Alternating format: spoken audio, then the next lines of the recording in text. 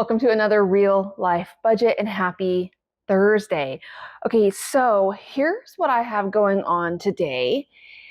I'm going to try to explain this best I can because I've never done this before. So, all right, here is my checking account spending. I already filled up the first side, so now I'm on the back side. What I first want to do is I want to go ahead and get updated with my highlighting. And so I had the transaction come out for my husband's Palm Springs little trip for 604. So remember yesterday we talked about that savings inflow into my checking account, into my life for my vacation sinking fund to cover that cost for 604.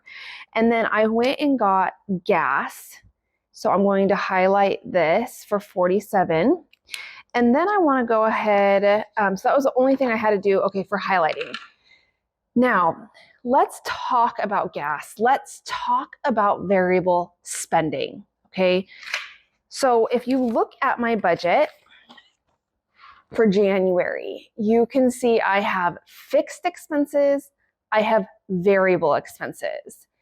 And my variable expenses are the expenses and categories that I usually use for my cash envelopes. Now, if you followed me for a while, you know that when I go cashless, like if I write cashless next to this, it means that instead of spending cash for that category and using the cash envelope method, I'm using a spending tracker instead, and I'm just using my debit card, okay? So cashless just means I'm not using cash, I'm using my debit card. The reason I like to write that down is because it tells me that I am not filling out my cash envelope breakdown, I'm not pulling out cash for that category. So when I run to the bank, I'm not pulling out cash for that. So here's the thing, usually, like I said, in my wallet, instead of having a cash envelope, I use just a spending tracker. And you can see that in many of my other morning routines, like just go back to last month, any of my morning routine videos, you'll see that, I'll show that. So I'm trying to, a couple weeks ago, I switched out one of my purses and it's smaller, and I'm trying to really just decrease the amount of stuff that I either carry in my wallet or I carry in my purse. And so I wanted to get rid of all these spending trackers that I had in my wallet. And like I said, I've never done this before. Remember, the benefit of using the cash envelope method is being able to see how much we have left to spend in that budgeting category at any given time. So if I'm at, say, the pet store, and I'm about to get my pet some treats, I can look at my cash envelope and say, okay, I had a $50 budget. I can see from my envelope I already spent 10. That means I only have 40 left. I can see that immediately at the store. I can see the consequences of my spending and say, okay, well, if I have $40 left, I still know I need to buy a bag of dog food. Is buying these treats going to fit within my budget so it still gives me money that I can use later on, right? It gives you the information to make better spending decisions with your dollars in the moment, immediately. That's what makes the cash envelope method and spending cash so powerful, is it's not delayed knowledge. It's knowledge in the moment to make the best decision. And so getting rid of those spending trackers, I was like, can I make it work? So here's kind of, and I don't know if I'm going to continue doing this. It's just me really kind of doing an experiment to see if it's going to work. If you go to the very back of the month, there's a notes page. Now I use the note page for many different things. Sometimes I'll use it to break down my vacation spending. Sometimes I'll make notes about changes that I want to make maybe by the end of the year. So use this note section for whatever you'd like. Here's what I'm doing. Okay. So here are my variable budget categories that I'm going cashless. Okay. For my budget, you can see all the ones in green, I'm going cashless. 1, 2, 3, 4, 5 of them. Okay. Now in this one, 6 of them. 1, 2, 3, 4, 5, 6. All right. So when I was filling out, like for instance, when I was filling out my expense tracker for my checking account and I'd write down gas. This is what got me onto this. I wrote down gas. I'm like, usually I would just go to my spending tracker to see how much I have left to spend. And as we are getting closer to the end of the month, I want to make sure I'm not overspending in that category. So I went and looked at my expense tracker. I'm like, okay, gas, all my gas purchases. Here's one. Okay, here's one. So I got gas 3 times this month already. So I wanted to know,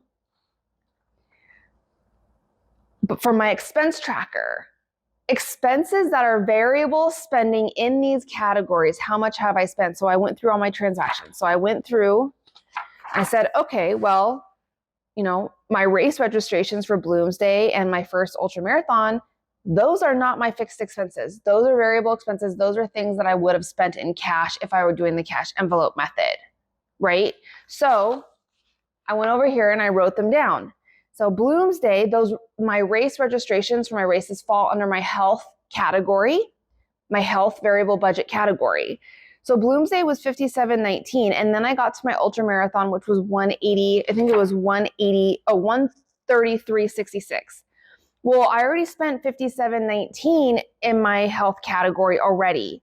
And I have a $100 budget, which means $42.81. Part of that race registration came out of my health, but I'm like, okay, if I was spending cash, I wouldn't have the rest of this money because I already spent it. So I had to pull money out of my fun envelope, quote, envelope, and I got the rest from my fun category for $90.85.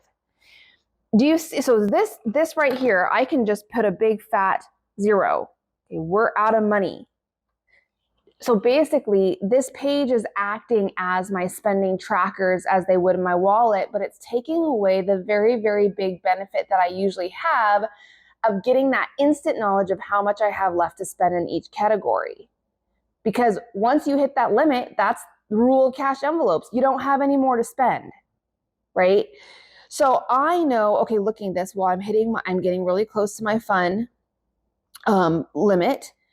I did the math. I have a $180 gas budget. I'm at $138.67. I have spent nothing in my miscellaneous, nothing in my household. I spent $56 for my scraps, which Scraps is the county animal organization in charge of like pet licenses and things like that. So I had to renew Toby and Zoom's pet licenses, which was not planned. So that fell under my pet category. So I see right here, I had a $50 budget, but it was $56. So I would say this is 50. And then up here in my miscellaneous, I have to use the other 6. So this one's 0 now. So I have nothing left in my pets.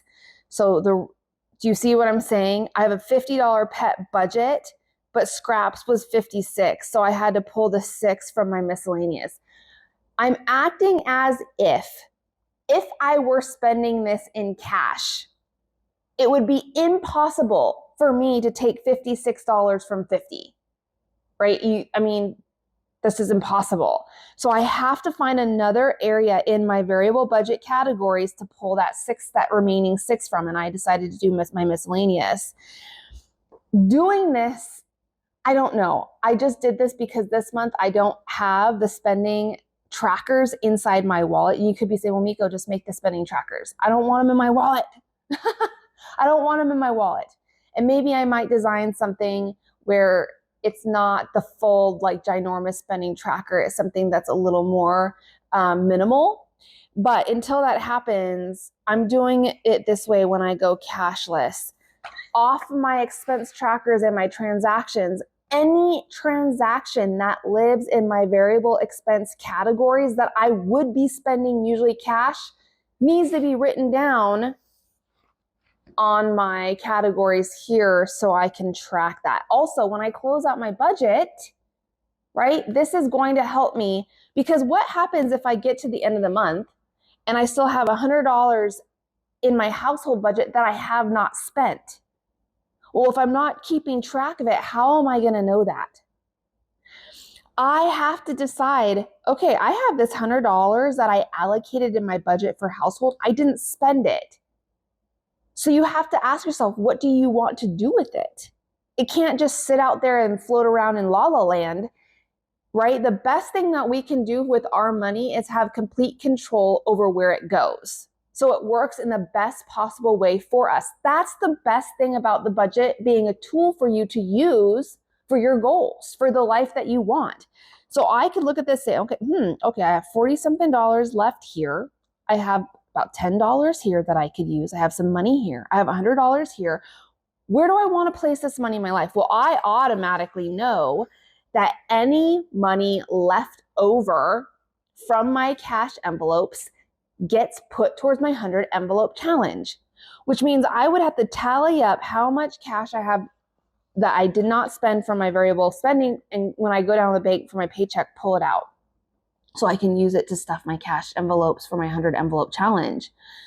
But anyways, I wanted to explain my thought process behind this. And sometimes I do this. Sometimes I'll veer off and do something I've never done before, play around with it, see how it works. Maybe I will design something where I can have a cash spending tracker or a spending tracker in my wallet that is a little more minimal, takes up less space.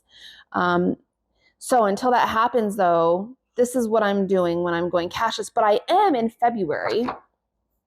If you look at my February budget, I'm going cashless. I was going to go cashless for these again. I think I'm going to change this and go back to the cash envelopes in February. I just find myself that I save more. I don't know what it is. Maybe it's me seeing the physical cash in my envelopes. I just end up saving more. So, and then of course, in March, I have yet to do my budget because I haven't filled out my budget calendar. I haven't worked that far ahead. I have my calendar prepped, but not enough done to do my budget. But February is done. And if I spend cash on these, which I don't know if I am, we'll see. If I do spend cash on these, well, then I need to update my cash envelope breakdown, right? Because I'm no longer just spending on cash on food and my homestead for my hay purchases. I'm now spending cash on all of these. So February might be some tweaking, but that is what I'm working on, and I'm fully updated with my spending for my checking and my cash, and that is my Monday morning routine.